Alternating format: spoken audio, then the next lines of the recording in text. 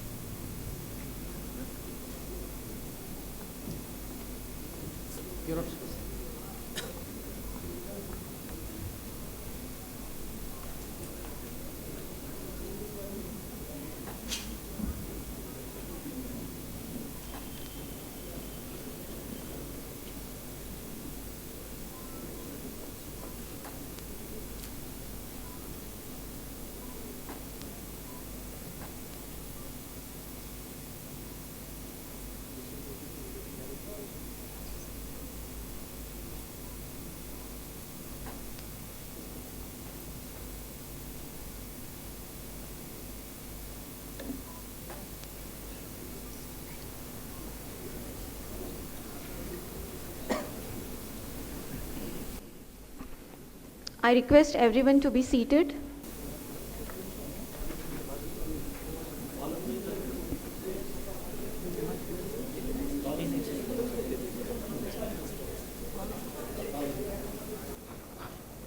Honorable dignitaries on the dais and off the dais, dear students, ladies and gentlemen, a very good morning to you all. I, Mehnaz Haq, Assistant Professor of English and Academic Council member, would like to give you a hearty welcome to Maharashtra National Law University Aurangabad's first ever convocation ceremony to be held today, that is 9th of July 2022. Indeed, it's a historic moment, but before we begin the program, there's a small announcement that I would like to make. As you all are aware that we recently got to know about the sad demise of Japanese Prime Minister Shinzo Abe, I would like to request you all to join us in a moment of silence to commemorate his sad demise.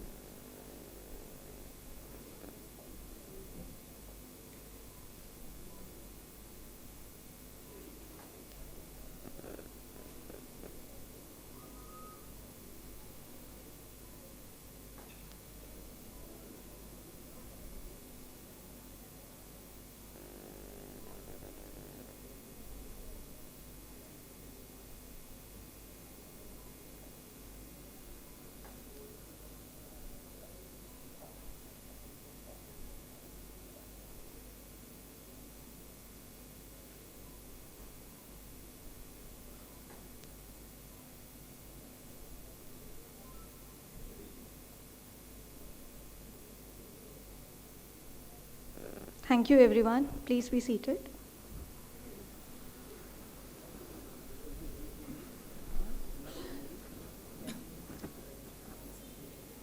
Ladies and gentlemen, it is indeed an honor for us to have such eminent dignitaries with us today on this very occasion of our first convocation ceremony.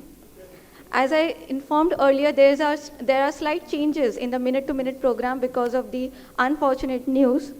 So, may I now request our faculty, Mr. Anand Jaishetty and Ms. Anagha Pedgaonkar, to sing a prayer. आता विश्वात्मके देवे येणे वाग्यज्ञे तोषावे तोषु निमज द्यावे पसाय दान हे जे खळांची व्यंकटी सांडो दया सत्कर्मी रती वाढो भूता परस्परे पडो मैत्र जीवाचे दुरितांचे तिमिर विश्व स्वधर्म सूर्ये पाहो जो जे वांछिल तो ते पाहो प्राणी जात वर्षत सकळ मंगळी ईश्वर निष्ठांची मांदियाळी अनवर्त भूमंडळी भेट तू भूता चला कल्पतरूंचे आरव चेतना चिंतामणींचे गाव बोलते जे अर्णव पियुषाचे चंद्रमे जे आलांछन मार्तंड जे तापहीन ते सर्वाही सदा सज्जन सोय रे होतो किंबहुना सर्व सुखी पूर्ण होनी तिन्ही लोकी भजिजो आदि पुरुषी अखंडित आणि ग्रंथोपजीविये विशेषी लोकीये दृष्टादृष्ट विजय हुवावे जी तेथ म्हणे श्री विश्वेश्वरा हा होईल दान पसावो येणे वरे ज्ञान देवो सुखिया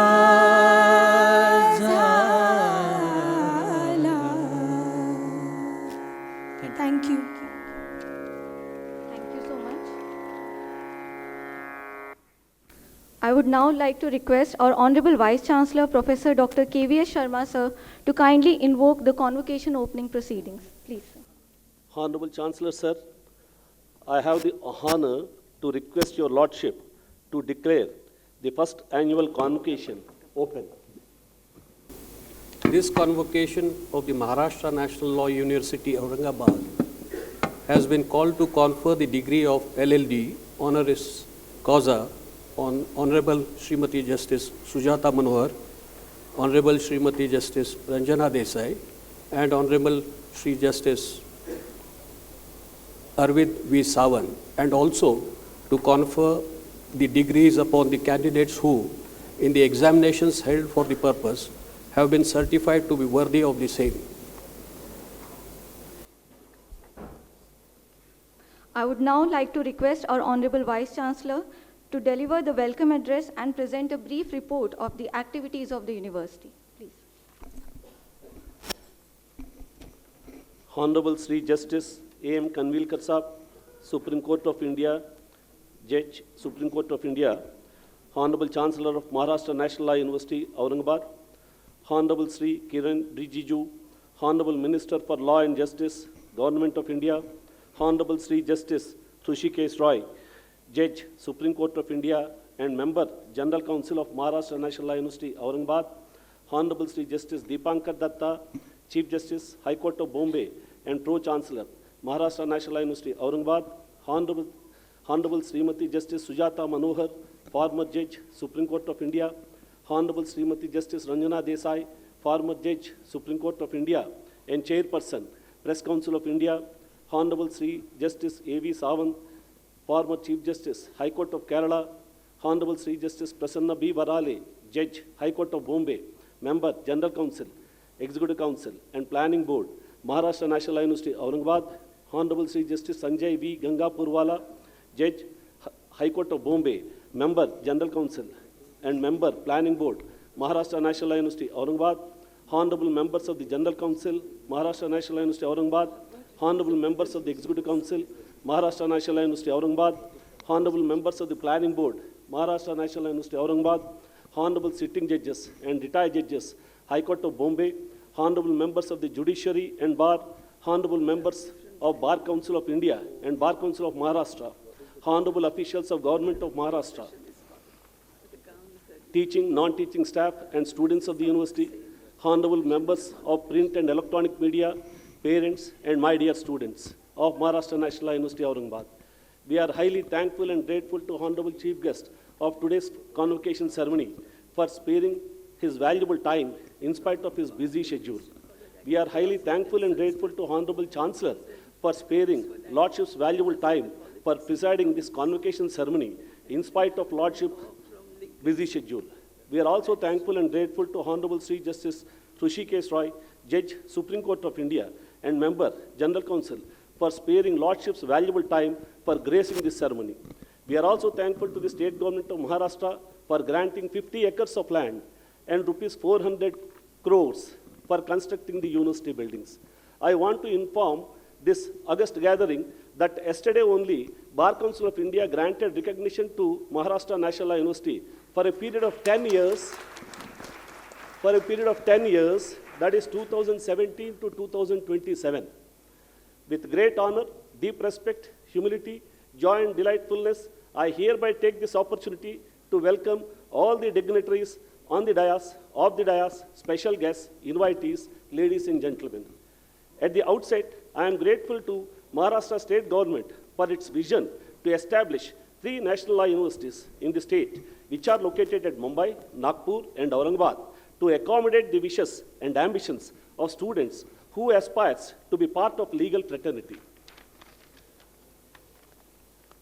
Maharashtra National Law University, Aurangabad commenced its journey on March 16, 2017. Maharashtra National Law University, Aurangabad has been established to fulfill the goals and aspirations of people of Marathwada region. Marathwada region is culturally, politically, socially and economically progressing to support the advancement and to guarantee professional and specialized education in law and legal system and to provide systematic training in process of law.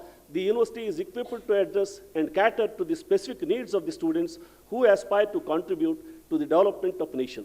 The university has uniquely designed tailored its courses to achieve these objectives. Respected dignitaries, it is my humble submission that under the guidance of honorable judges and with the constant support of the government of Maharashtra, we have made considerable progress within 5 years. The university started with BA LLB honors course in 2017 with an intake of 58 students. For the current academic year, the university is offering BA LLB honors and BBA LLB honors and LLM with 2 specializations, that is corporate law and constitutional law.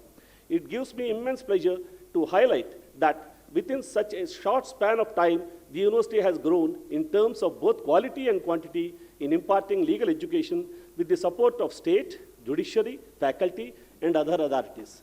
Apart from undergraduate and postgraduate courses, the university also admitted 12 PhD candidates and 4 LLD candidates after a thorough screening process. Today, the university is going to confer degrees to 58 students of BA LLB honors of batch 2017 and 67 students of LLM of batch 2018 and 20 in the august presence of esteemed dignitaries and their parents. We are sure that the students are going to carry the values which have been imbibed and instilled in these young minds. I welcome and thank one and all who attended this convocation ceremony. Thank you one and all. We shall now proceed with the awarding of LLD degree honoris causa certificates to our esteemed guests. Your Lordship, I have the honor to present to your Lordship Honorable Srimati Justice Sujata Manohar, who has been duly recommended by the Academic Council and Executive Council as fit and proper person by reason of her enormous contribution to legal theory, constitutional law, and judicial process to receive the LLD degree honoris causa, to which I pray that she may be admitted. Honorable Srimati Justice Sujata Manohar, candidate for the LLD degree honoris causa, will please stand forward. Now I will read the citation. Candidate for the LLD degree honoris causa be presented.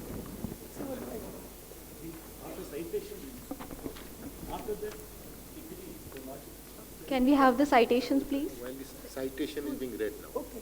Just read the Conferment of the degree of Doctor of Laws, LLD, honoris causa, to Honorable Srimati Justice Sujata V. Manohar, former Judge, Supreme Court of India. Honorable Chancellor, sir, it gives me immense pleasure to present to your Lordship, Honorable Srimati Justice Sujata V. Manohar, for the conferment of degree of Doctor of Laws, LLD, honoris causa, by Maharashtra National Law University, Aurangabad. Born on 28 August 1934, your Lordship was educated in Anandilal Podar High School, Bombay. Your Lordship graduated with first-class honors in philosophy and Sanskrit from Elphinstone College in 1954. Your Lordship was a recipient of 3 scholarships and prizes of the SSCE and also received 6 scholarships and prizes of the Bombay University. Your Lordship obtained MA in Philosophy, Political Science and Economics from Oxford University and Barrister Law from Lincoln's Inn, London.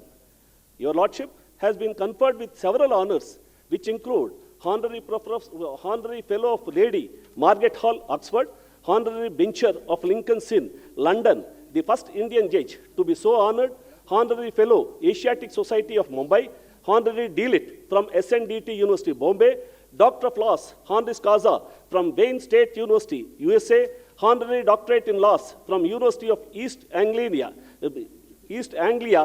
UK, Honorary Doctorate in Laws from University of Orissa. Your Lordship enrolled as an advocate on 14 February 1958 and practiced in the High Court of Bombay on the original site. Your Lordship was appointed as Assistant Government Pleader, City Civil Court, Bombay during 1970-71.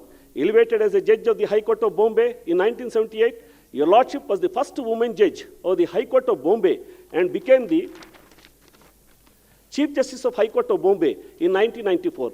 Your Lordship was transferred as the Chief Justice of High Court of Kerala in 1994, becoming the first woman Chief Justice of both the High Courts. Your Lordship was elevated as a judge of the Supreme Court of India with effect from 8th November 1994 and retired on 28th August 1999. Your Lordship became a member of National Human Rights Commission in 2000. Your Lordship's father, late Shri K.T. Desai, was the Chief Justice of High Court of Gujarat. Your Lordship was one of the 2 High Court judges from India to be selected to speak at the courses on patent trials at Beijing in December 1986. Your Lordship was invited as one of the 5 women judges to constitute a tribunal at the World Women's Congress at Miami in November 1991 and was a signatory to Declaration of Miami. Your Lordship was also selected to participate in the International Conference of Law, Social Development and Social Welfare held at West Berlin in 1988. Your Lordship worked on the special group of family law and was the first chairperson of the Board of Visitors, Judicial Officers Training Institute at Nagpur. The High Court of Bombay appointed your Lordship as the chairperson of the Committee of Judges set up to establish family courts in Maharashtra. Your Lordship has also been the Vice Chairperson of Maharashtra State Legal Aid and Advisory Board. Your Lordship was a member of the Yale University, USA, Global Constitutionalism Group and was the chairperson of the Committee on Feminism and International Law of the International Law Association. Your Lordship was consultant to UN DAW expert group on trafficking, as well as to the UN expert group on women, peace and security. Your Lordship was invited by the UN High Commissioner for Human Rights to be on the advisory board of the judges on board to lay down criteria for vetting the highest judiciary in Kenya. Your Lordship has also been invited to deliver talks, convocation addresses, and to speak at a number of international seminars and conferences on several occasions by various prestigious institutions and organizations. Your Lordship is a recipient of National Law Day Award 1999 for Administration of Justice. Your Lordship has been honored with Capital Foundation Anil Diwan National Award in Constitutional Law 2020. Your Lordship was also awarded Ruth Bader Ginsburg Medal in 2021. Your Lordship is currently an arbitrator in national and international disputes and has contributed immensely to judgments, memorials, lectures, and articles, and also has several publications to your Lordship's credit. We are proud that your Lordship has agreed to accept this honor. Therefore, with great pleasure, Honorable Chancellor Sir, may I now present Honorable Srimati Justice Sujata V. Manohar for conferment of the degree of LLD Honoris Causa. Let the candidate for the LLD degree Honoris Causa be presented. Satya.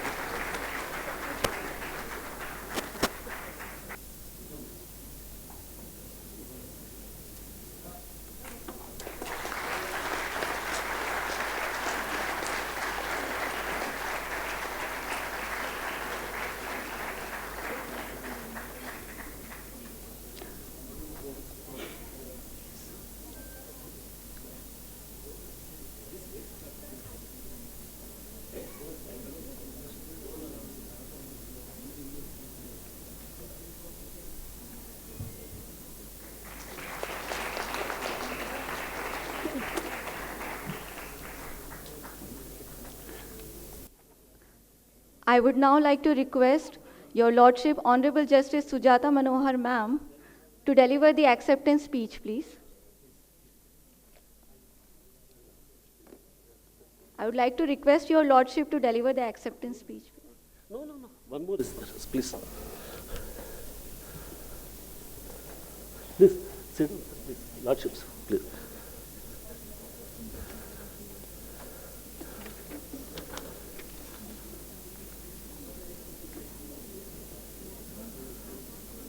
I request Honorable Chancellor to confer LLD degree to Honorable Madam. Interested in me as the Chancellor, Maharashtra National Law University, Aurangabad. I admit Honorable Srimati Justice Sujata Manohar to the LLD degree, Honoris Causa.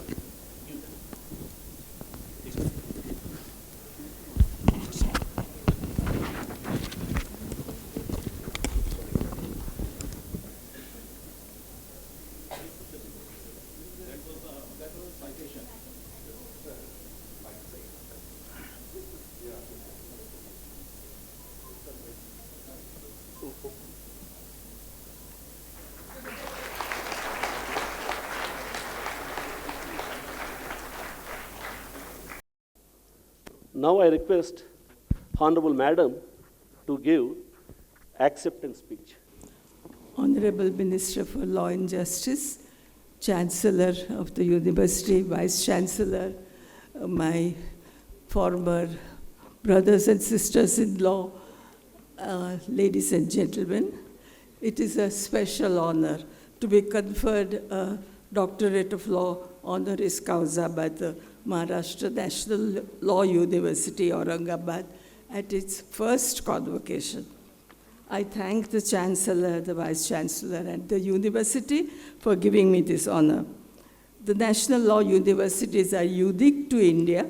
They have been envisaged to bring transformation in the quality of legal education in the country, and I'm happy that our state has 3 national universities, and you are holding your first convocation today. As the first graduates of this university, much is expected of you. Your performance in the field of law will be the foundation on which the reputation of this university will be built. Your performance is crucial, not just for this university, but also for the country. sound legal knowledge, respect for constitutional values, maintaining ethical standards, and a proper understanding and enforcement of laws are material or crucial for the functioning of this country's constitutional democracy and for the rule of law. And sound education is its foundation. In the words of Nelson Mandela, the collapse of education is the collapse of the nation. Judiciary has a crucial role in ensuring that constitutional checks and balances are respected. The quality of judges and lawyers that we will have in the next 20 or 30 years will depend on the quality of legal education that is being imparted today. The fundamental freedoms of people, their social and economic rights, environmental issues, public interest litigation, all these have placed heavy responsibilities on the lawmakers and law enforcers. Adjudication has to be uninfluenced by any kind of pressure or by any other consideration. The rule of law depends on the independence and integrity of judges, and judges in our country come from the legal profession. So unless the legal profession promotes and supports integrity, fairness, and competence in the profession, it will not produce judges that we require. These values have to be imparted to law students who hopefully will carry these values in their professional life. And when we talk of independence of judges, I'm reminded of a very famous Indian judge, Ram Shastri Prabhude, a chief judge of the Peshwa court who, at the risk of his life, pronounced the Peshwa ruler guilty of murder of his nephew. So this is our judicial tradition, and it is important that when we have the method of appointment of judges, we remember these values, and whatever ultimately be the method that we adopt, the inherent values that we expect will depend upon the inherent independence of the appointing body and the bar. Therefore, a heavy responsibility rests on your shoulders.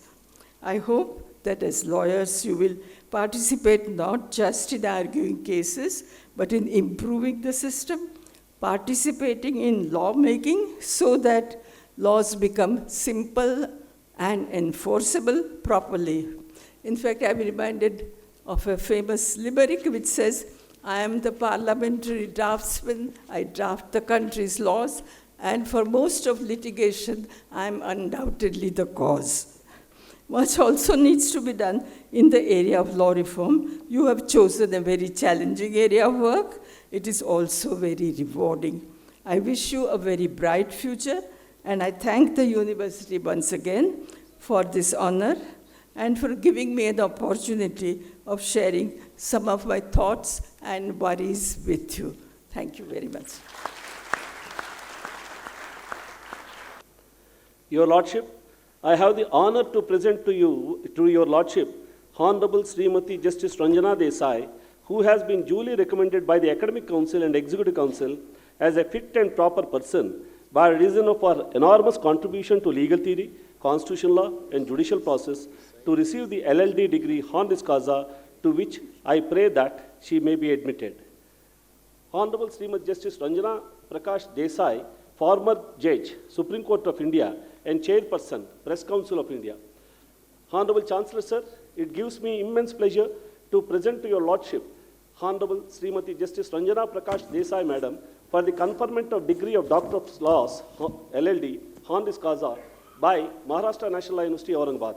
A renowned personality in the field of law, shattering all the barriers to carve a niche for attaining commendable positions in the judiciary, is an exemplary figure with an understanding of social requirements to form a civilized, law-abiding society. Born in Mumbai on 30th October 1949, your ladyship completed education from the prestigious Elphinstone College and Government Law College, Mumbai. In spite of intense opposition from the family, your ladyship joined the legal profession. The journey in the profession was not comfortable for your ladyship. Being a woman, your ladyship had to face several obstacles while practicing on the appellate side of the High Court of Bombay. Undeterred by such opposition, your ladyship hard work and dedication and your ladyship's perception of law. Your ladyship appeared in various criminal cases after effectively assisting as junior in the chamber of Mr. S.C. Pratap, who became justice afterwards, as well as your lordship's father, Mr. S.G. Samant, a well-known lawyer on criminal side of his time. Your ladyship's dedication was recognized when with talent and hard work, your ladyship handled the pressure and skeptic opposition after being appointed as government pleader on the appellate side of the High Court of Bombay in 1979. Your ladyship's determination, sincerity, and firm labor elevated your ladyship to the position of a judge in High Court of Bombay in 1996 and Supreme Court nomination as a judge in 2011, from where your ladyship was superannuated in 2014. Your ladyship's experience and unswerving knowledge placed your ladyship's even after the retirement as the chairperson of the Appellate Tribunal for Electricity from December 2014 to November 2017, and first ever woman chairperson of Press Council of India. Your ladyship has presided over a 5-member panel to examine the relevant personal laws in the state of Uttarakhand and to implement uniform civil code. Your ladyship headed the Delimitation Commission on Jammu and Kashmir for redrawing the assembly and parliamentary constituencies of the Union Territory. Your ladyship's dedication and achievements in the field of law sculpted the judicial stature to new heights, which gives immense honor and pride for Maharashtra National Law University, Aurangabad, to confer Honoris Causa.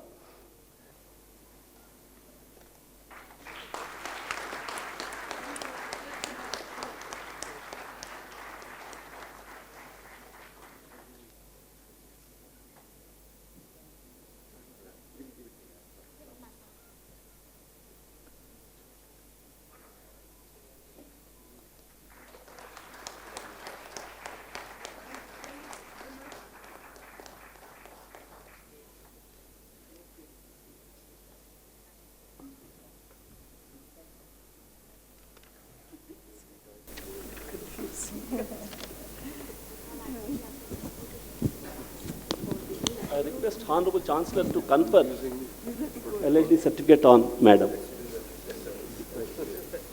By virtue of the authority vested in me as the Chancellor, Maharashtra National Law University, Aurangabad, I admit Honorable Srimati Justice Ranjana Desai to the LLD Honoris Causa.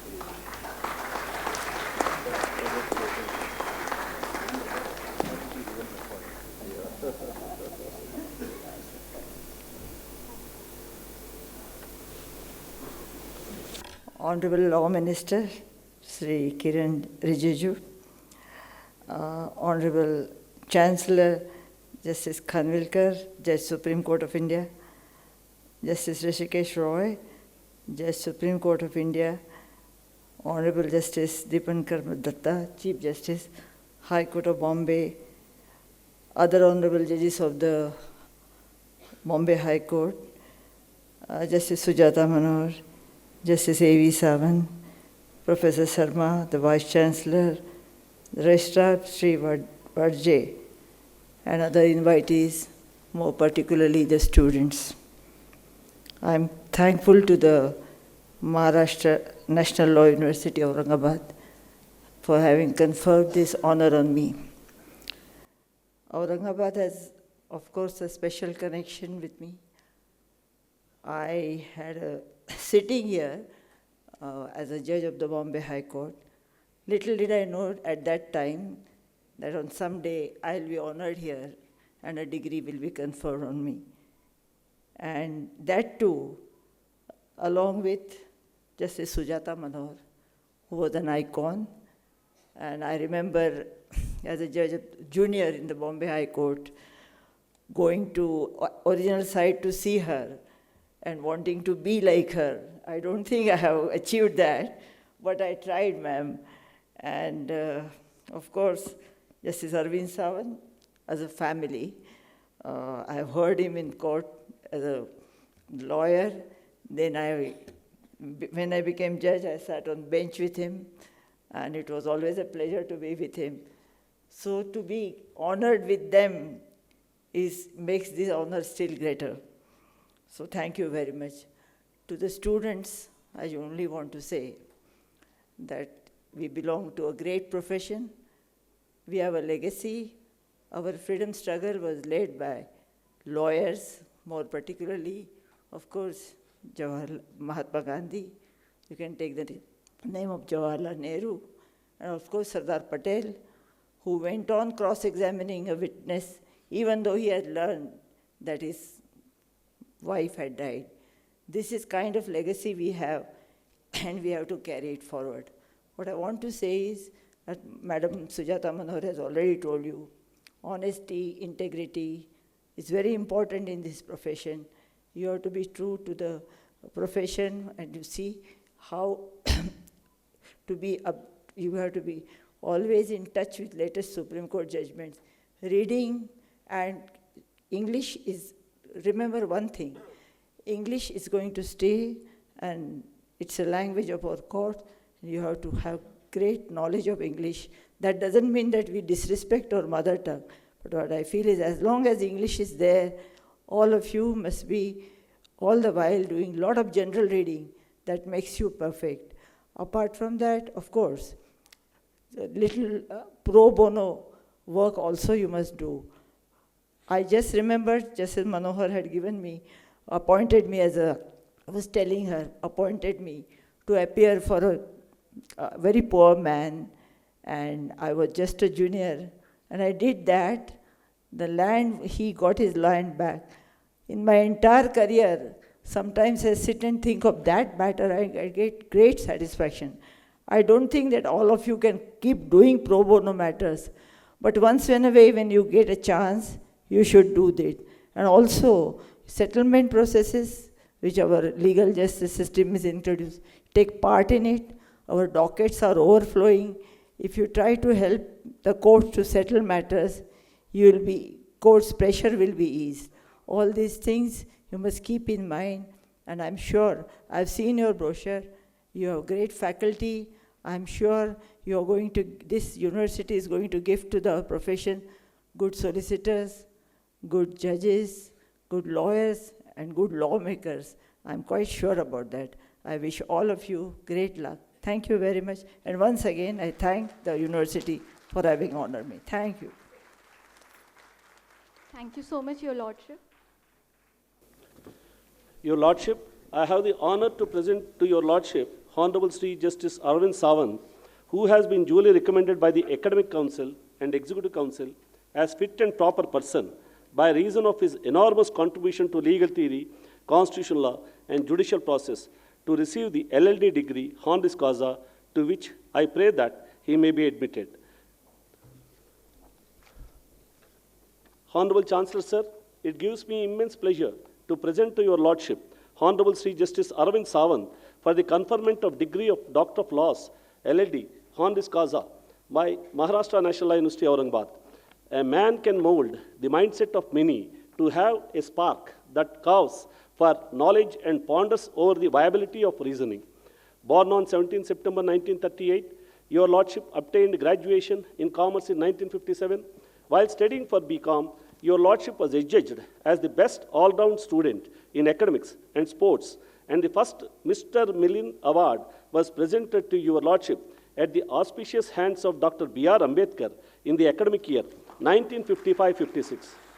Obtained law degree in 1959 from Dr. B.R. Ambedkar, Marathwada University, standing first in merit list in the university. Enrolled as an advocate by the High Court of Bombay in January 1960 and started practice at the High Court. Alongside this, in June 1964, Your Lordship obtained the LLM degree from the Bombay University, standing second in merit, Pursuant to an interview by Shri H.M. Shri, the then Advocate General of Maharashtra, your Lordship was appointed as a part-time professor of law at the Government Law College, Bombay from 1965 to 70. Thereafter, pursuant to an interview by Justice B.N. Gokhale, you were appointed as part-time professor of law at the New College, Bombay from 1971 to 1976. Additionally, your Lordship was appointed as a part-time professor of law for LLM students at the University of Bombay with Professor A.A. Faizi as the senior professor from June 1978 to May 1980. Your Lordship is known for a pragmatic and altruistic approach which led to various positions as public prosecutor and assistant government pleader in the High Court of Bombay from 1974 to 1979 and thereafter as a special counsel for the state of Maharashtra for writ matters in the High Court of Bombay. In 1979, your Lordship was elected as a member of the Bar Council of Maharashtra and Goa. The state government appointed your Lordship as the Advocate General for the state of Maharashtra in March 1982. The High Court of Bombay designated your Lordship as senior advocate in September 1982. Chief Justice M.C. Chagla Memorial Trust appointed your Lordship as the trustee in 1983. Your Lordship was appointed as the judge of the High Court of Bombay in July 1990. Your Lordship was appointed as the Chief Justice of the High Court of Kerala in May 2000. In 2001, your Lordship was appointed as the first chairperson of the Maharashtra State Human Rights Commission. Your Lordship never remained static even after superannuation and resumed active practice at the Supreme Court of India and is also actively engaged in commercial arbitrations in India and abroad. Your Lordship's subject expertise, sternness, and worldly attitude ensured your appointment by the Government of India as a member, Advisory Board, and Banking, Commercial, and Financial Frauds, Reserve Bank of India in 2003. A sports and cultural enthusiast, your Lordship has been the Vice President of Maharashtra State Lawn Tennis Association and Mumbai Marathi Grantha Sangrahalaya. As a chairman, your Lordship set up B.R. Sawant Memorial Trust under the aegis of Dr. B.R. Ambedkar Marathwada University in the memory of your Lordship's father, an educationist. The trust aims to promote excellence and research in law and rewards meritorious students in the Faculty of Law every year. The trust accepts no donations, and the entire funding is by the chairman alone. Your Lordship persistent prowess in the academic and legal fraternity has ensured that your Lordship's works affect the life of all aspiring legal scholars. Your Lordship's judgments have stood out to be based on rationality that outbears the societal barriers. It is a pleasure interacting with an entity like your Lordship. Maharashtra National Law University, Aurangabad, feels immensely proud in conferring the Honoris Causa degree to Honorable Shri Justice Arvind V. Sawant.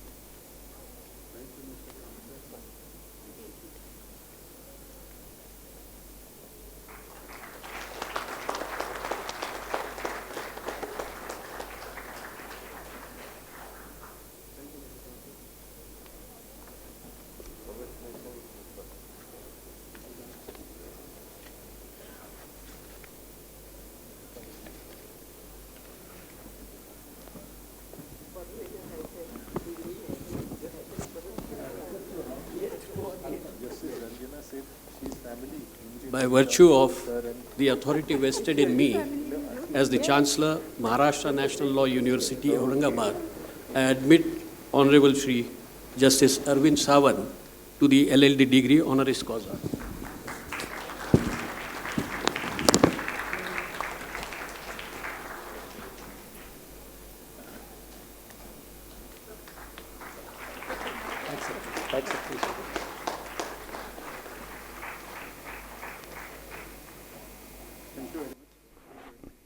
I would now like to request Your Lordship, Honorable Justice Arvind Sawant, to deliver the acceptance speech, please. Good morning, everybody.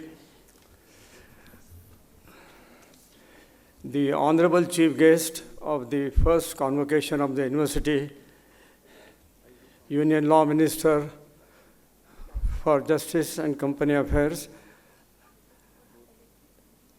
Shri Kiren Rijiju, the Honorable Chancellor of the University, the second senior most judge of the Supreme Court of India, Justice A.M. Khanwilkar, the member of the Governing Council, Supreme Court Judge, Justice Himanshu Roy, members, the Pro-Chancellor of the University, Justice Dipankar Datta, Chief Justice of Bombay High Court,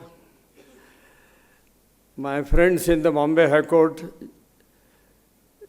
the lawyers who are going to get their degrees today for LLB and LLM, who are the future generation of lawyers of India, ladies and gentlemen, I deem it a proud privilege to be honored with this daily degree, Honoris Causa, by the National University. Knowing my own limitations, I accept this in all humility. And I assure the Honorable Chancellor and the members of the Executive Council, General Council, that I will make every endeavor to rise to their expectations. And if there is anything which the university demands of me, I will not be wanting. I have a message to the young lawyers who are going to get their degrees for LLB and LLM. You have heard my two learned colleagues. As a third member of the judge, I can conveniently say I entirely agree and resume my seat. But having said that, I wish to say something. The preamble of the National University Act enshrines the goal of law as a science of social engineering, law as a means of social development. Section 4 of the Act, which deals with the objects, requires you, the younger lawyers of tomorrow, to indulge in deep research in different branches of law, different systems of law. You have a great future before you. The branches, specialized branches of law are developing all over the world. When we started practice, when I got my sanad in January 60, it was only civil law. Today you have intellectual property, cyber law, arbitration, and whatnot. I have one message to be conveyed to the Honorable Chancellor with the permission of the Honorable Law Minister. There is a lot of emphasis on the law of arbitration all over the world. It is referred to as the Alternate Dispute Resolution System, ADR system. Some people call it cynically as an additional dispute resolution system. The system is working satisfactorily in India. The Parliament has enacted the new law. It is on the model of the UNCITRAL model, United Nations Trade International Law model. And the Supreme Court and the High Courts ensure that the arbitrations in India are conducted in the letter and spirit of the UNCITRAL model. Having said that, there are some shortcomings which I want to place before the Honorable Minister and the Honorable Judges of the High Court and Supreme Court. And I propose to give a brief to the law students who will be coming out of this university today. There are two issues which I want to emphasize. One is that as far as the interim applications under the Arbitration Act are concerned, there is a feeling in India, if I'm wrong, I stand corrected from the honorable judges and my learned colleagues, but there is a feeling in India that we take too long a time for interim applications. The interim application may be for adding a party, deleting a party, amending the plaint, application for interim measures. If you go abroad, when Indian parties, Indian lawyers, Indian counsel, attorneys, arbitrators go abroad, the ICC rules require that interim applications are disposed of without oral hearing. You submit written submissions, the arbitrators may have a video conference. If they have a problem, they will call upon parties. But normally, as a matter of rule, there is no oral argument for interim applications. If you do that, you will be saving a lot of time and achieving the goal of speedy and inexpensive justice in India, which is the basis of the whole law of arbitration all over the world. You have to make a small amendment in some sections and dispense with mandatory oral arguments. There can be written submissions. This is going on even prior to COVID-19 pandemic all over the world. My learned colleagues, Sujata Manohar and Ranjana Desai will bear me out. When they go abroad, they have the same experience. When Indian lawyers and arbitrators go abroad, they change their mindset overnight. They change their style of functioning overnight without a demur and without violating the principles of natural justice. They ensure that everybody is fully heard. That is one point. The second point which I am posing for the consideration of the distinguished constitutional functionaries on the dais and appealing to my young law students to have some research is that under the ICC rules, International Chamber of Council rules, you have a day-to-day hearing. You start the recording of evidence on Monday, cross-examination, followed by respondents' evidence, claimants' arguments, respondents' arguments. When the Indian parties, lawyers, judges go abroad, they do it at a stretch for 8 days, 10 days, 15 days. And the whole arbitration gets over within a time-bound schedule. The Parliament has amended, it has inserted section 29A, which says that you must complete the arbitration within 12 to 18 months. Beyond that, you have to go to the court and apply for extension. The Parliament has also inserted 29B for fast-track, putting the arbitration on fast-track mode. But fast-track mode is discretionary. It is not mandatory. 29A is mandatory, 29B is discretionary. My suggestion with utmost respect and in all humility, with all my limitations, is that we can also make it a point that in India, when arbitrations are allotted to a particular tribunal, they will have a day-to-day sitting, start to finish. At the international conference in Delhi, Mr. Nariman, the noted jurist, said that many countries have a specialized, dedicated bar for arbitration only. Those lawyers don't accept court briefs, no conflict of engagements. They are fully available throughout the day, all days, for arbitration only. There are lawyers in Bombay. My learned colleagues, Sujata Manohar and Ranjana Desai will know the Bombay judges. There are some lawyers in Bombay who refuse to go to courts. They are focused on arbitration. That ensures that the main intention of the arbitration system is to provide an alternate dispute resolution system, A, to have speed and reduce the costs. These things, if you apply your mind, study the way the ICC rules are applied. Once you apply the ICC rules, the whole regime is very, very rigid.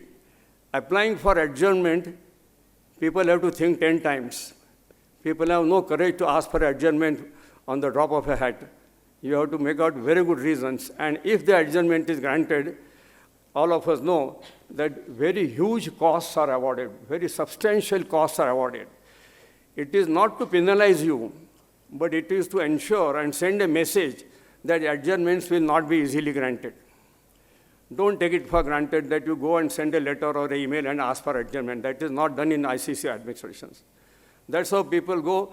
There are cases where parties are in India, the property is in India, contract is made in India, the contract is broken in India, and parties opt for Singapore or London arbitration or Paris arbitration. These are some of the thoughts which I thought I will convey to you. I welcome all the young lawyers to the legal fraternity. It is a noble and learned profession. And for your generation, there is tremendous scope all over the world. My colleagues have given you a broad view of the functioning of the legal system. There are others who will enlighten you on the point. I once again, on behalf of myself, my wife Janki, my family members express my gratitude to you for this honoris causa degree, and I will again ensure the university to depend upon me for whatever service I am capable of. Thank you very much. Thank you so much, Your Lordship, for your kind words and accepting this honor. Ladies and gentlemen, it's now time for the most awaited moment, that is the awarding of degrees to LLM as well as BLLB honors students. But before we do that, I would like to make a small announcement. Dear students, when Honorable Chancellor will confer the degree by reading the citation, you are requested to remain standing and collectively answer at the end of it, "I do promise." Okay, I would like to request our Honorable Chancellor to do the honors. Let the candidates for the other degrees stand forward. Dear students, please stand for the oath. Do you sincerely promise and declare that if admitted to the degree recommended, you will, in your daily life and conversation, conduct yourselves as worthy members of the university?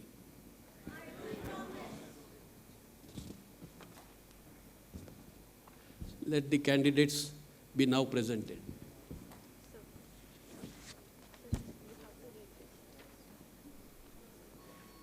Your Lordship, I have the honor to present to Your Lordship the candidates for the degree of Master of Laws, LLM, whose names are set out in the list.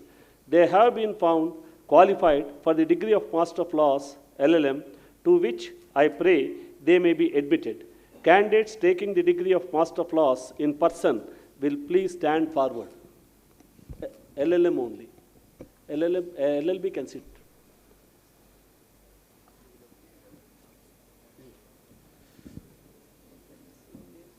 By virtue of the authority vested in me as the Chancellor, Maharashtra National Law University, Aurangabad, I admit you and also the candidates in absentia to the degree of Master of Law, LLM, in this university. I would now like to request our Registrar, sir, to call upon the names of the students.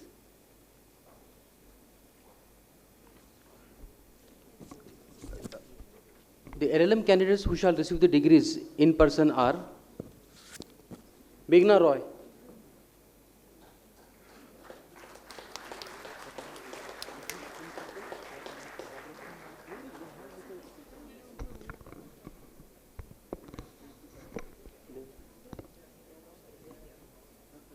yes, sir. Mihir Shah Masulkar,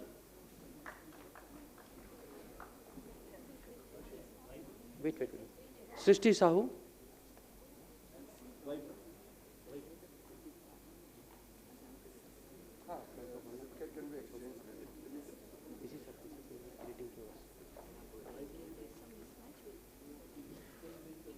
in case of any mismatch in the receipt of degrees, we will exchange later on. Candidates are requested to proceed as their names are called. Shri Sahu,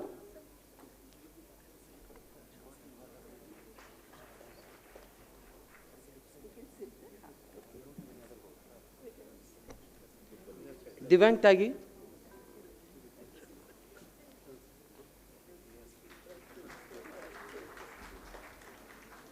Chandrasekhar Balaji,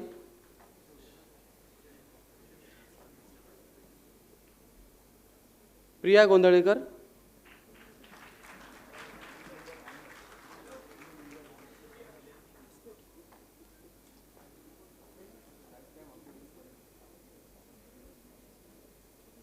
Saili Sanjay Sawant,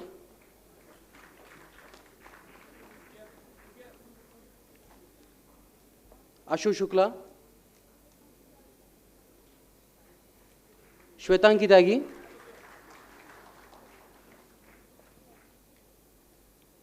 Aishwarya,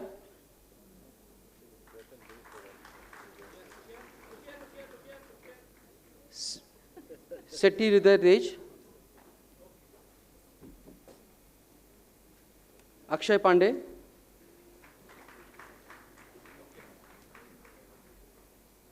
Shubham Bharti,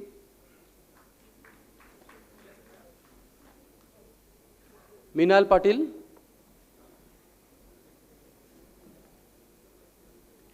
Vaibhav Pandey, Sagarika Sharma,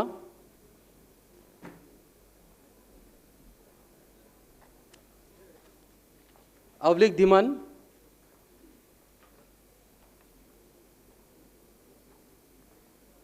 Viraj यारागोल,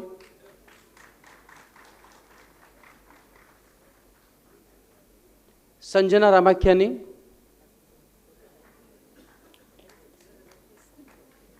Shaurya Malhotra,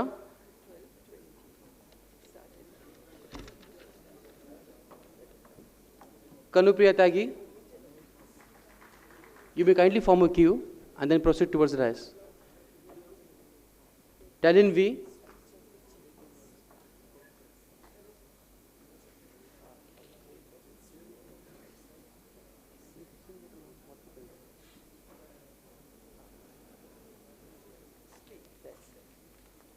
Sachi Chopra.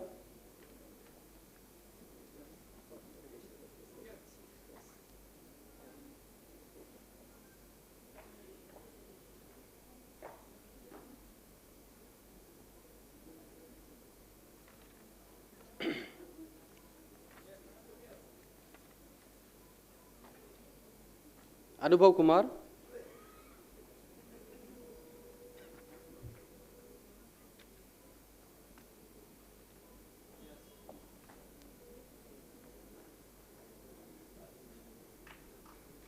Aarohi Chaturvedi,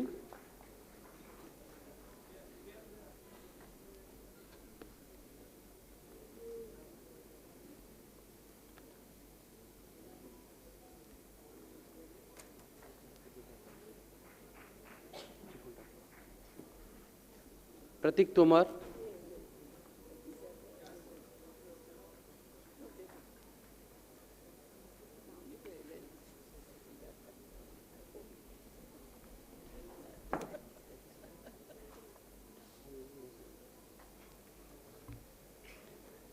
Prateek Tomar, Shubhangi Barnwal,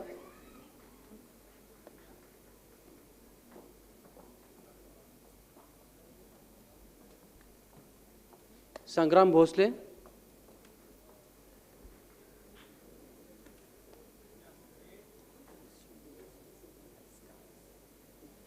omni Tiwari,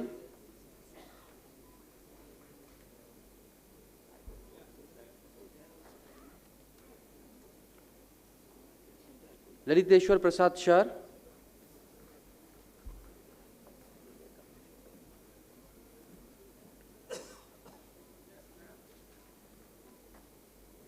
and Kavita Jahangir Sable.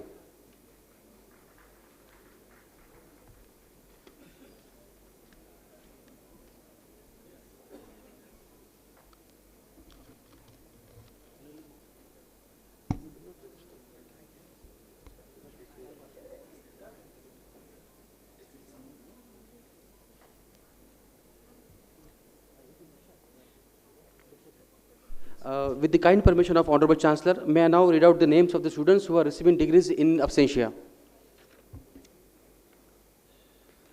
Students who are receiving degrees in absentia for the LLM course, batch 2020-2021, Abhinav Das, Boyamata Reddy, Katyayani Tomar, Vaishali Sharma, Amrita Roy, Shivansh Chauhan, Barge Tejal Pratap Singh, Apurva Chandrakant Godevar, Meenakshi Rani Agarwal, Ish Jo Chawla, Joshi Suhani Dinesh, Nancy Srivastava, Deveshri Dacha, Harmeet Kaur, Yash Singh Chauhan, Prakhar Shukla, Shirish Pandey, Devesh Matta, Benjir Khan, Madhavi Srivastava.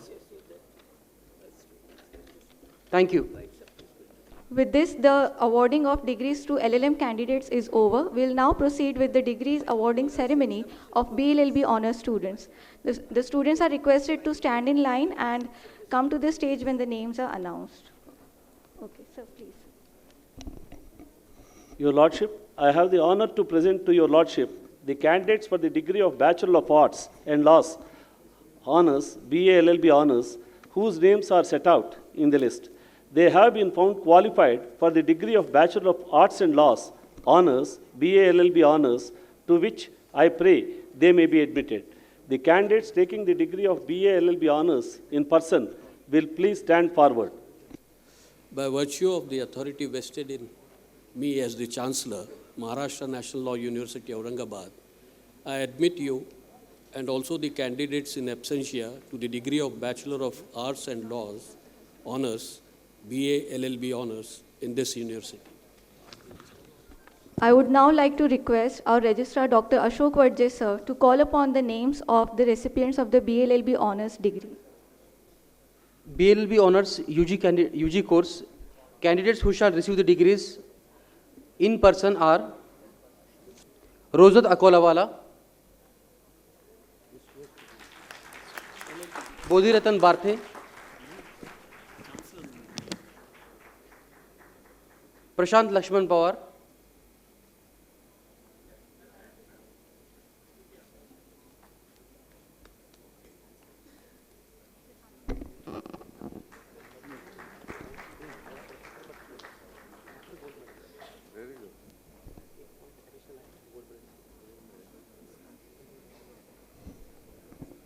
Neha Sardar,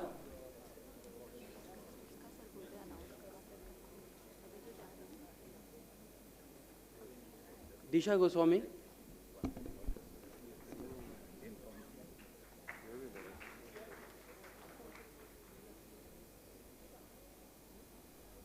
Devashish Dhanjode,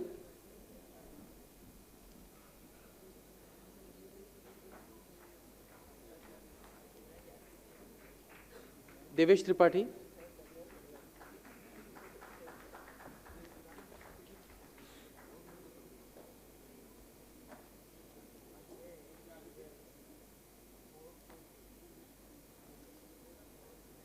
Arpit Goyal,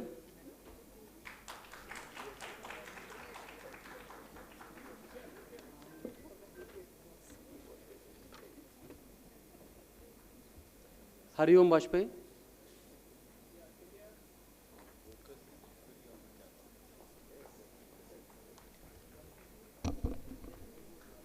Payal Goliwar,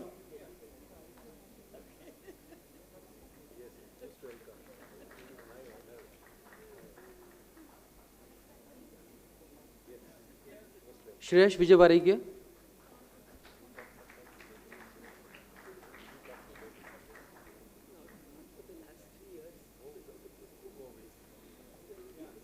Kumar Abhinav,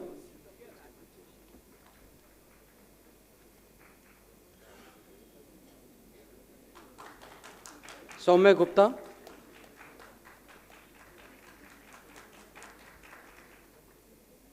Akshat Maul,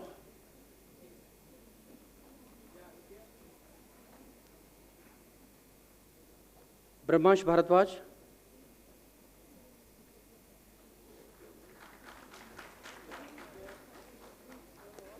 Naman Bansal,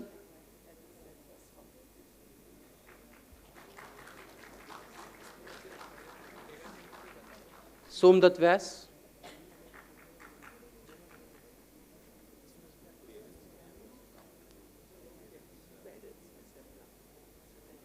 Krishna Saglani,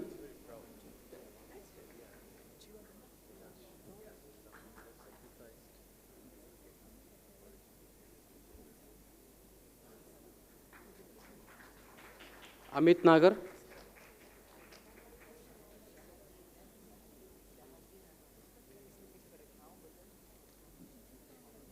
Kritika Singh, Aishwarya Pandey,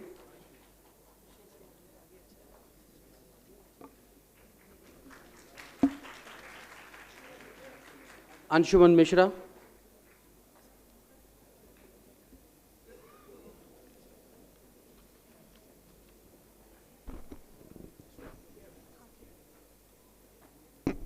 Chetna Srivastava, Manasvi Sharma,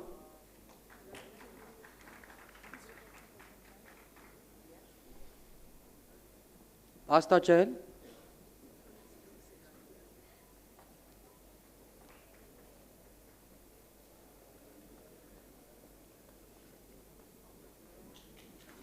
Anuj Agarwal,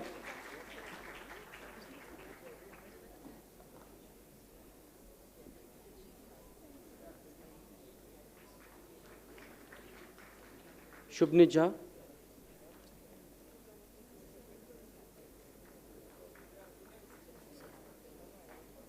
Ashar Peshimam,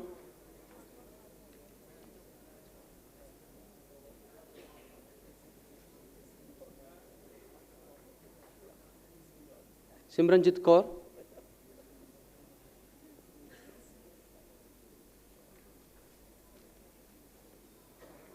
Ashish Gajwani,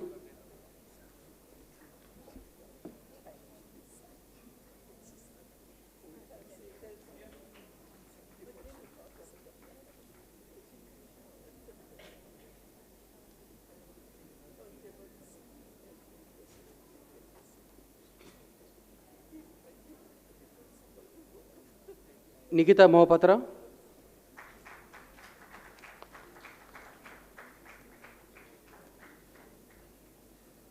Sulabh Gupta,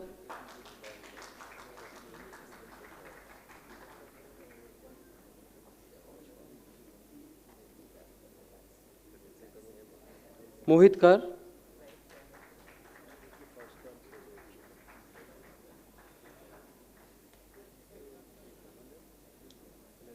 Hussein Attar,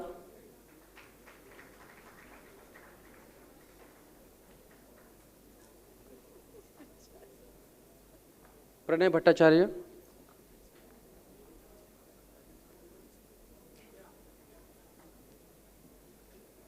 Varun Vat Sharma,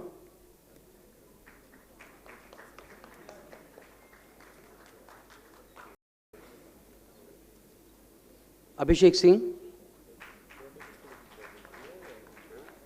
Soumya Thakur,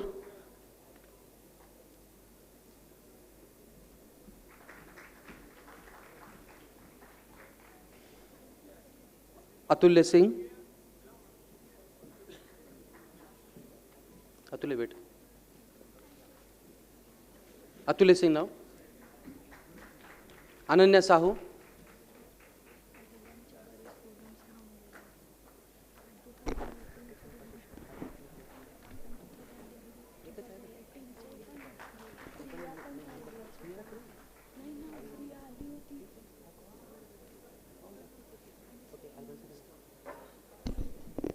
Ananya Sahu, Abhishek Jha, Anubhav Mishra,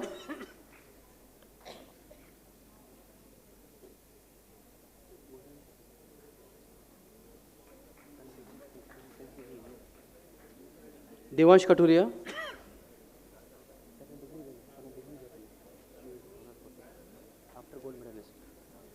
Shauri Gaikwad,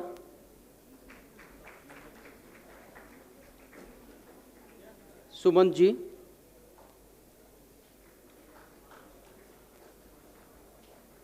Kishan Kumar,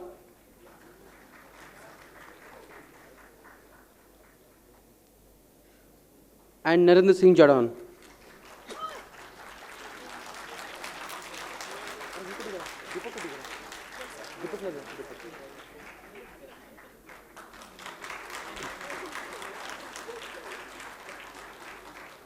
Now, with the kind permission of Honorable Chancellor, I would like to read out the names of the students who shall receive the degree, BLLB Honours UG degree in absentia.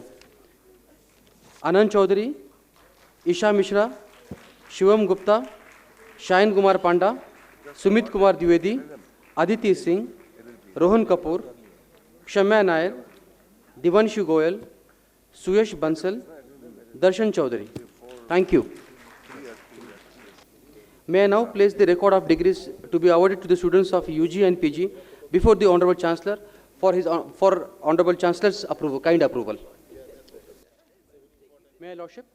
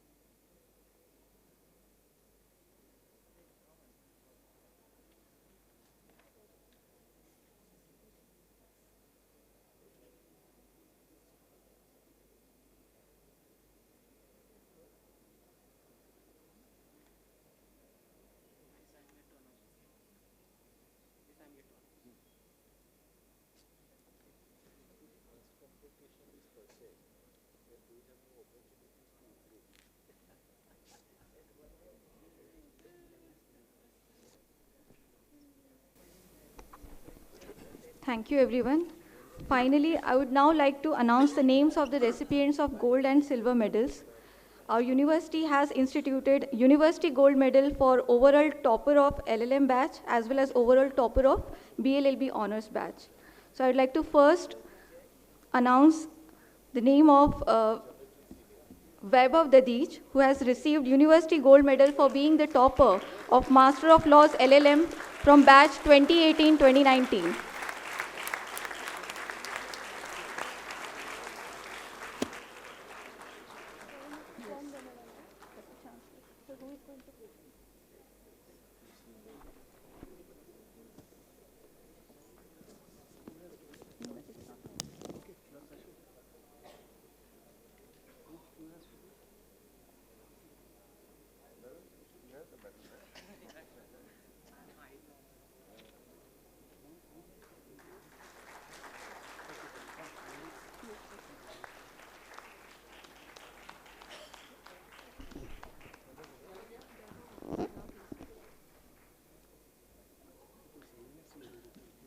Gold medal awardee.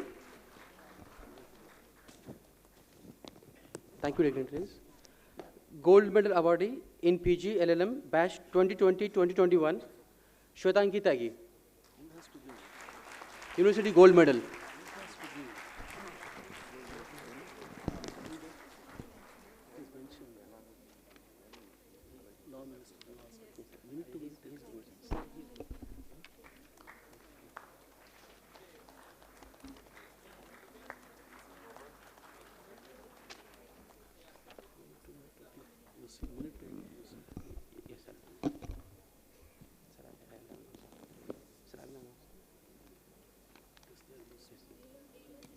Silver medal award, Mihir Asolkar, LLM batch 2020-21. I request Honorable Sri Justice Hrishikesh Roy sir, Lordship, to kindly award the gold medal, silver medal.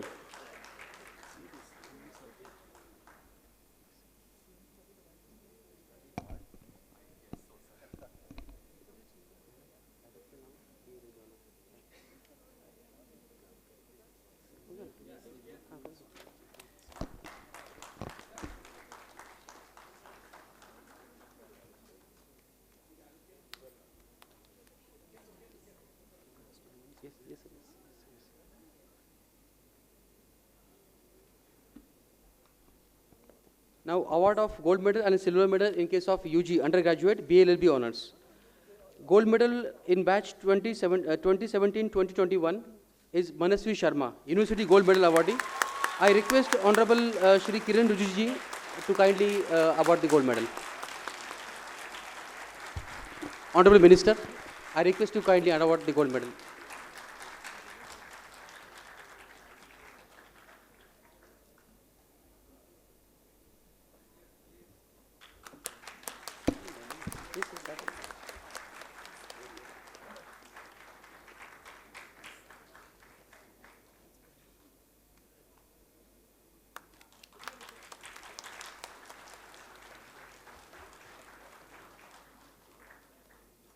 Thank you, Honorable Minister. University Silver Medal awardee in batch 2017-2022 BLB honors, Aishwarya Pandey. I request Honorable Pro-Chancellor sir, Lordship, to kindly award the silver medal.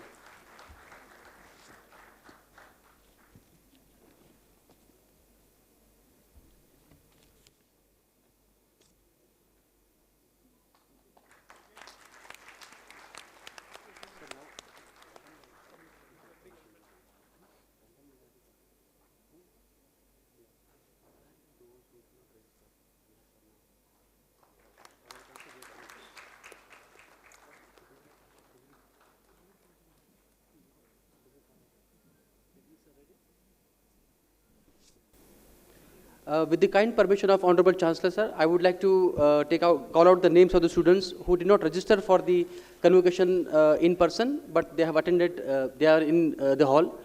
So with the kind permission of Honorable Chancellor, I would like to call out the names. Vaibhav Dadij, LLM 2018-2019. Vaibhav, please proceed.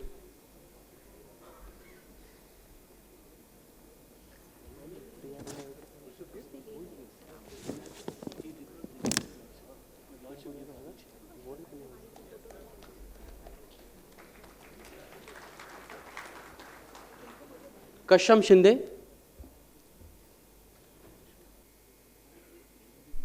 Remaining candidates will be awarded after the completion of the program. Thank you. Thank you, everyone. With this concludes the degree awarding ceremony of the UG and PG batches of our university. Honorable Sir, Honorable Shri, Kiren, Rijiju Sir, I have the honor to request you to kindly deliver the convocation address. Honorable Justice A.M. Khanwilkar, Judge Supreme Court of India and the Chancellor of the Maharashtra National Law University, Aurangabad. Honorable Sri Justice Hrishikesh Roy, Judge Supreme Court of India and Member General Council of Maharashtra National Law University, Aurangabad.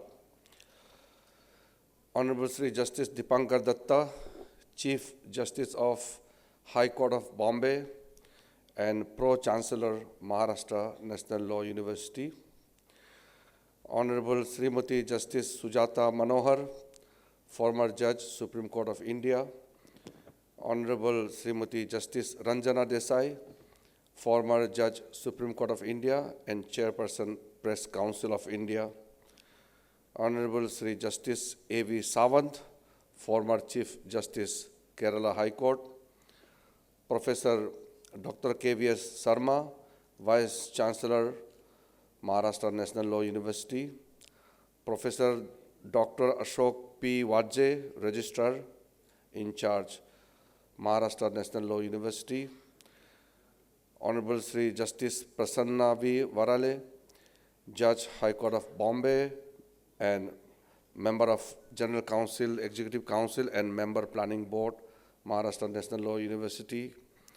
Honorable Sri Justice Sanjay V. Ganga Purwal, Judge of High Court of Bombay, Member of the General Council and Member Planning Board, Maharashtra National Law University.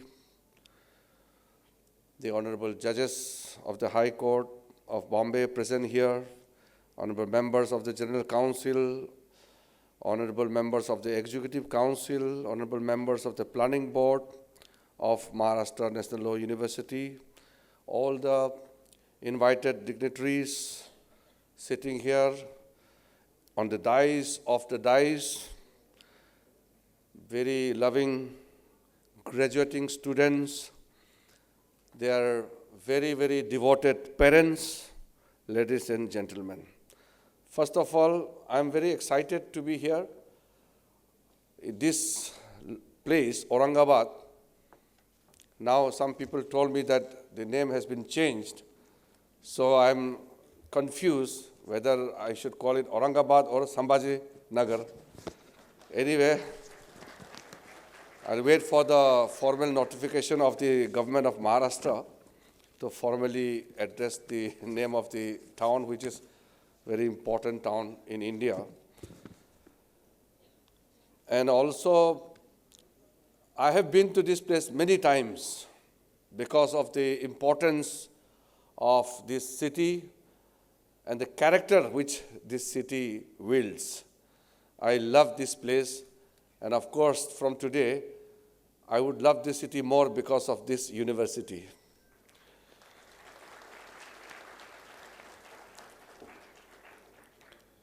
The COVID restriction and so many things have taken a toll on all of us, all the institutions especially. But despite that, we did not stop. We kept working. And this is what you have shown, this university. And this is a very, very special day for all of us, especially for the university, because you are solemnizing the first convocation ceremony. It is great privilege and honor to be part of this first convocation ceremony of the Maharashtra National Law University. I thank Justice Khanwilkar for making my presence here. Initially, I was thinking that only last year I was here for the inauguration of the Aurangabad High Court bench of Bombay High Court, where the Chief Justice, Justice Khanwilkar, Justice Dipankar Datta, we all were here. And before that also, I came for some sports functions. As a sports minister of this country, I had done quite a lot to create infrastructure for the sports in Aurangabad. And I have to come again to see those locations which I have not been before in this Marathwada region. So today's occasion is very, very special, not only for me, but for all of us. And I'm sure the students, the graduating students, will make your university very proud. As you are passing out today, you are given the degrees. The another important thing which I must acknowledge is the conferring the degree of Doctor of Laws to very, very eminent personalities, 3 eminent personalities of our country. It is indeed wonderful and amazing to know that the degrees which are conferred, I am witness to it. The Honoris Causa degree in this convocation to Honorable Justice Sujata Vasant Manohar, Honorable Justice Ranjan Prakash Desai, and Honorable Justice Arvind Vinayak Sawant. The awardees of the degree of Doctor of Laws, Honoris Causa, deserve for their outstanding contribution rendered by them in the field of public life, gender justice, social justice, legal literature, precedents, and precepts by serving long term in higher judiciary in India. My sincere felicitations to honorable members of the awardees of Honoris Causa. Especially for the parents of the graduating students, it's a very special day for you. It's only because of your commitment, your blessing and support, your children have acquired these very deserving degrees. So congratulations to the parents. You know, after listening to 3 eminent personalities, and of course the honorable 2 judges from the Supreme Court, you should listen less from the law minister and hear them more. You are passing out today, and I am reminded of my first day when I entered the LLB classroom.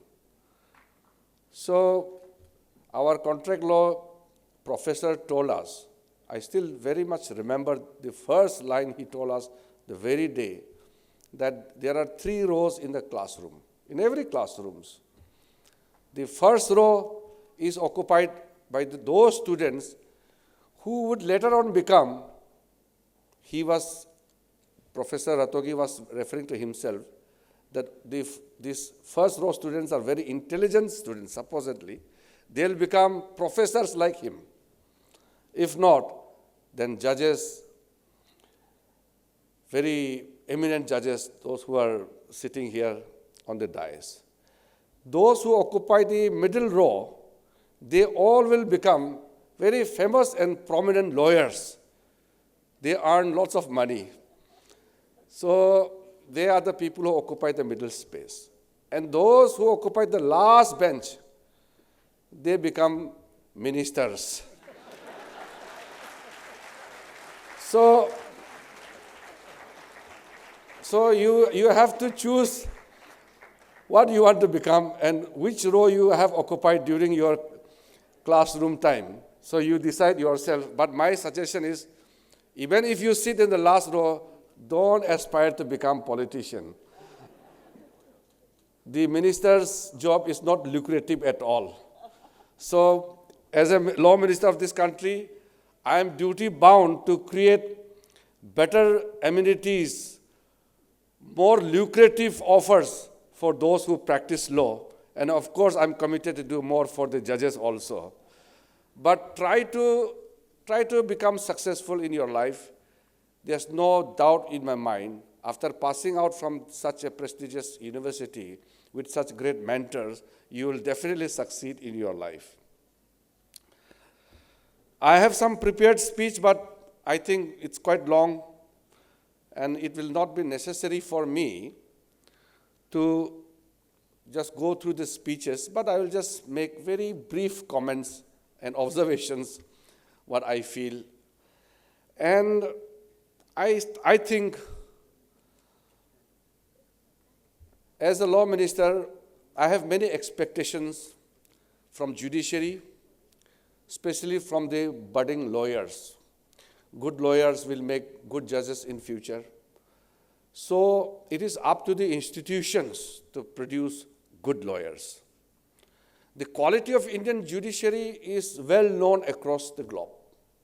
I was in London just 2 days back, and when I met the Lords of House, many of the senior ministers in UK, they all have similar thoughts, that they have high regards for Indian judiciary, and they value the quality of the Indian judiciary.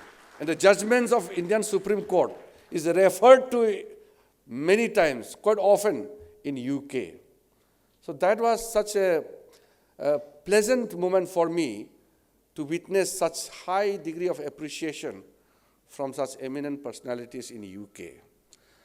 So this is something which we all have to be proud of.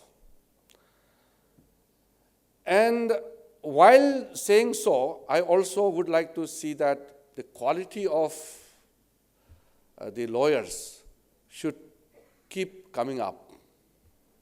And I know that the pendency of the cases in India, when I took over as the law minister of this country, the pendency was slightly more than 4 crore. And I'm speaking today, I think it is very closing to 5 crore. It is a matter of great worrying for all of us. But having said that, I must also mention that it is not the deficiency in quality of the delivery of justice by the judges, nor it is lack of support from the government, but the overall situation is such that the pendency is bound to increase if we do not take some drastic actions. Now in UK, US, every judge will give judgment of 3-4 cases in a day, maximum. Now in Indian courts, average, every judge is, sitting on 40, 50 cases every day. I was telling the honorable judges yesterday that when I became law minister, I was not aware that how many cases each judge in India handles. But now I realize that they sit extra time from morning. And I used to think that they will handle one case, take a break, come back and sit for another case. Now I learned that no, it's in one sitting, they go after one cases to another cases. And then people expect quality judgment. So judges are also human beings, and to punish them in such a manner is actually unfair. Sometimes I see lots of comments in social media, in print media about the judges of India. But if you really see the amount of work which a judge has to put in, it's unthinkable, unimaginable for all other countries. I was with the Chief Justice of India in one night, little late night, around 11 o'clock. He being the Chief Justice, I being the law minister, so there are many administrative issues which we require to discuss regularly. So after 11:30, I told him, sir, you take rest now, it's 11:30. He said, no, law minister, we just finished discussion. Now I will read the cases for tomorrow. And cases means 40, 50 cases. So these are the things which common people do not know. So much of things are coming and, becoming part of discussion, positive discussions, negative discussions. Things happen. In the age of social media, it's much more difficult because everybody has an opinion. Without going into the depth of the issue or the matter, people just come into conclusion and pass their personal judgment. They pass judgment on the judges. Now we have to be very careful. Matter is very sensitive. There are issues of, media trials, social media trials. The judges also, they are human beings, they make errors. Sometimes some judge may make a comment, and that may just have a repercussion on the entire judiciary. In the same manner, all the lawyers may not be same, but if a lawyer conduct in a particular way, which is not befitting Indian lawyer, then it is a bad thing for the lawyers community.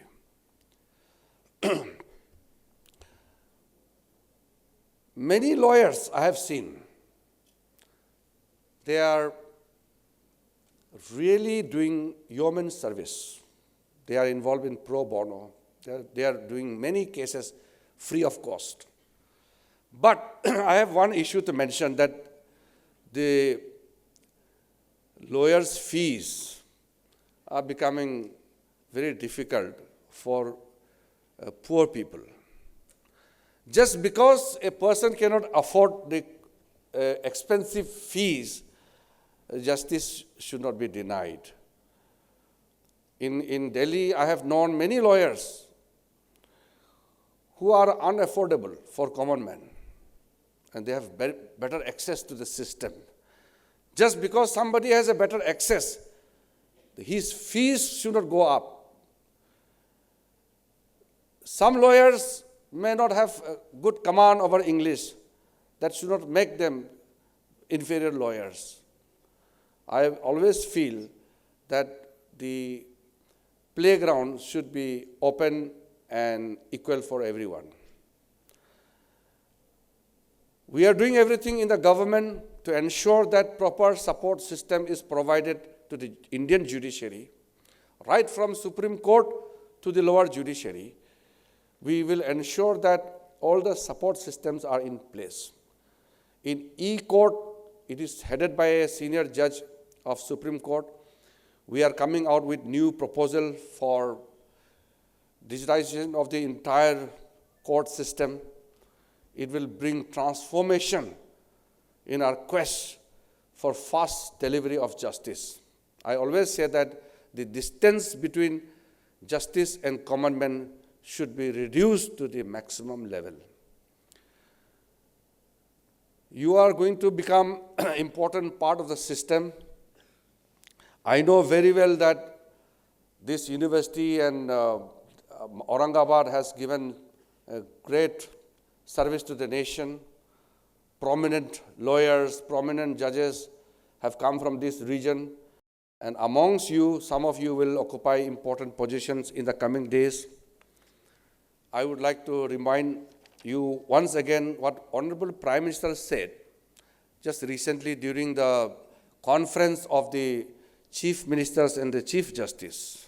I quote, "Nowadays, subjects like blockchains, electronic discovery, cyber security, robotics, artificial intelligence, and bioethics are being taught in law universities of several countries.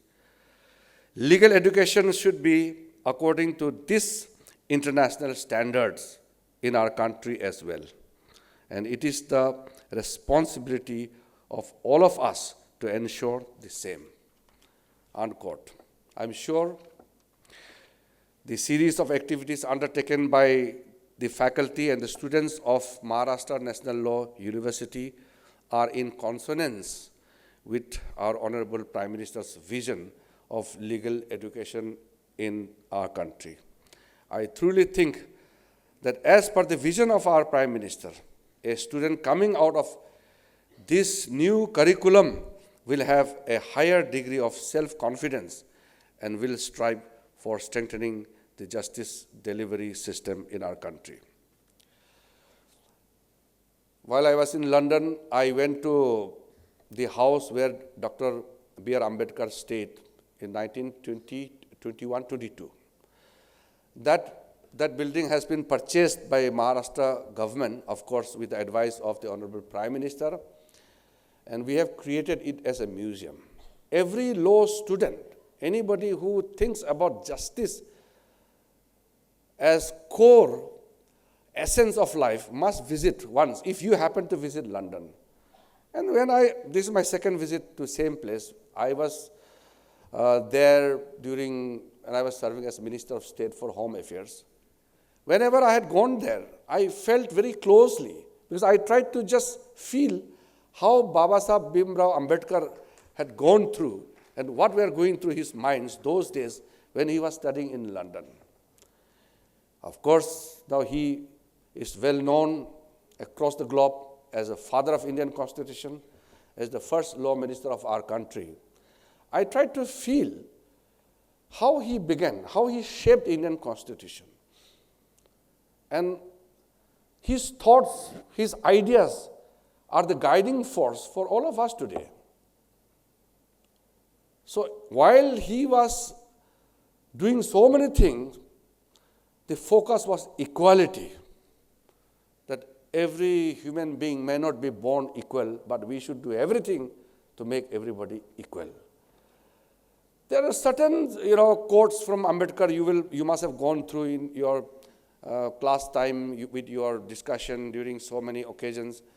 You will feel that if you have gone deeper into the life of Baba Sahib Bhimrao Ambedkar, then I think India is a country which will be in a forefront in the globe in working for justice, equality, fraternity.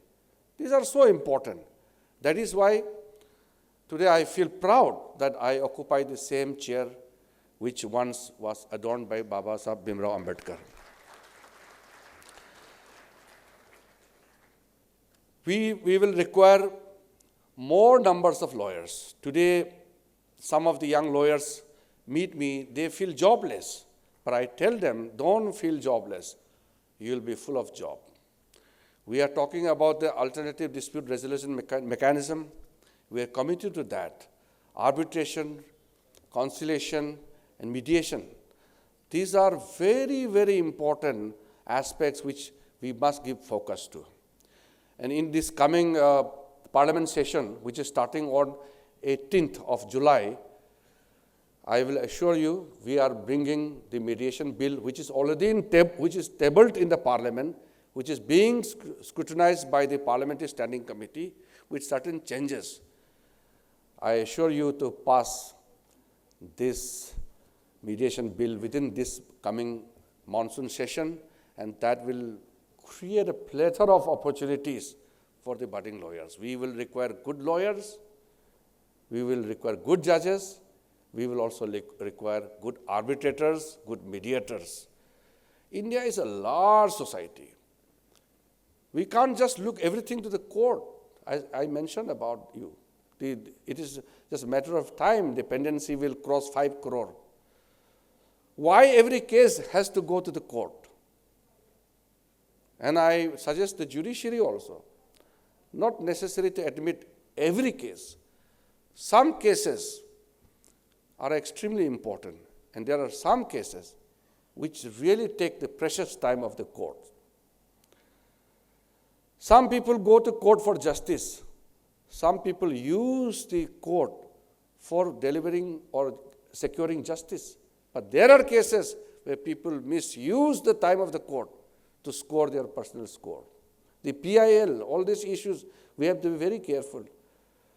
If the precious time of the court is taken away by those people who think they can manipulate the Indian judiciary and misuse the judiciary, this is something which we have to ponder about. But for the budding lawyers, the law students, I assure you, the vision of Prime Minister is very clear. We are here to create better opportunities for you. The young India is full of talents, full of knowledge, full of your ideas, which as a government, as a minister, I am duty bound to ensure that all your aspirations are given due directions, due opportunities to fulfill your aspirations. There are issues which I will not, deal at this point of time because it may take time, but I assure you that for the legal education, we will require more interaction with the Bar Council of India, with, of course, the honorable judges whose guidance, whose ideas are very important for the government, and the law universities, the institutions are very critical and crucial part of the whole process. If the universities are not strengthened, we will not be able to deliver on the promise which we have made. I assure you once again that I will always be there available for you, for the institutions, especially the law universities. You can always come to me. If you need the intervention of the government, I'm just one call away. You can anytime take the benefit of my office. I assure the Honorable Chancellor, Vice-Chancellor, the entire university, I am so thankful to you all for giving this wonderful opportunity to be with you today. I once again thank Justice Khanwilkar, being a very senior judge in the Supreme Court. We meet quite often. I really like his personality, very composed, perfectly, what it takes to be a judge of Supreme Court. And his advice is always valuable. I thank him once again for inviting me. Justice Hrishikesh Roy, he comes from Assam. We both come from Northeast. And he coming here with all of us today adds value addition to this function. Of course, Dipankar Datta, Justice Dipankar Datta is one of the very, very known judge of the country. He may be Chief Justice of Bombay High Court, but very well known because of his quality of judgment he delivers, his personality. I'm thankful for always giving his special attention whenever I'm here. And of course, all his brothers and sister judges present here, and our three senior personalities for giving valuable suggestions. I have noted down the suggestion which you have given. I will definitely work on that. And my hearty congratulations once again to all the awardees and the graduating students. Thank you very much. Jai Hind. Thank you so much, sir. We are truly honored and feel privileged to have your august presence on this auspicious occasion. Thank you once again. Honorable Chancellor, sir, I request your Lordship to dissolve the convocation. I would now like to request everyone to remain standing while the national anthem is being played by the Army Band.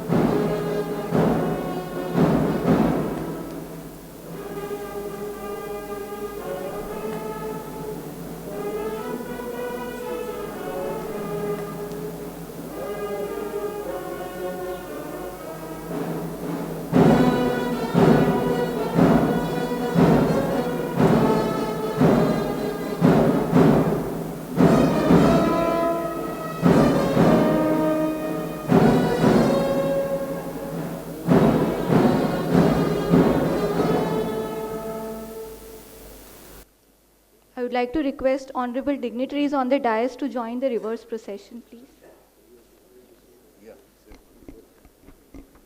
Dear all, please remain standing while the reverse procession starts.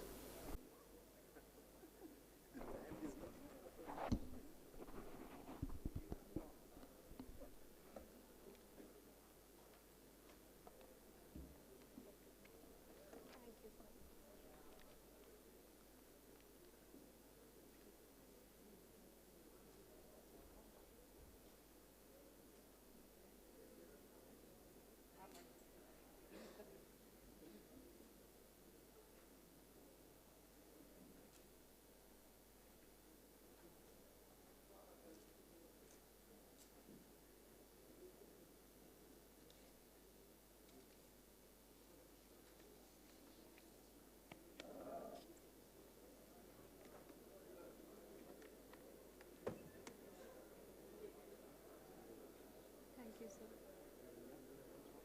Yes.